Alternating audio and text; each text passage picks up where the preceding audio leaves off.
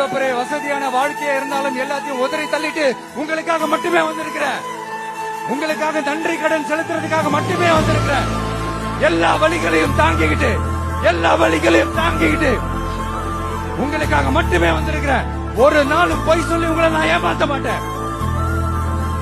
இந்த 4 முனை போட்டி 40 முனை போட்டி எத்தனை முனை போட்டி எத்தனை உருட்டினாலும் இங்க 2 முனை போட்டி தான்.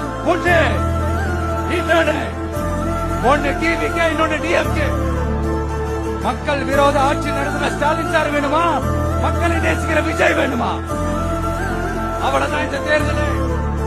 அதனால உங்க விஜய்க்கு, உங்க அண்ணனுக்கு, உங்க தம்பிக்கு, உங்க பிள்ளைக்கு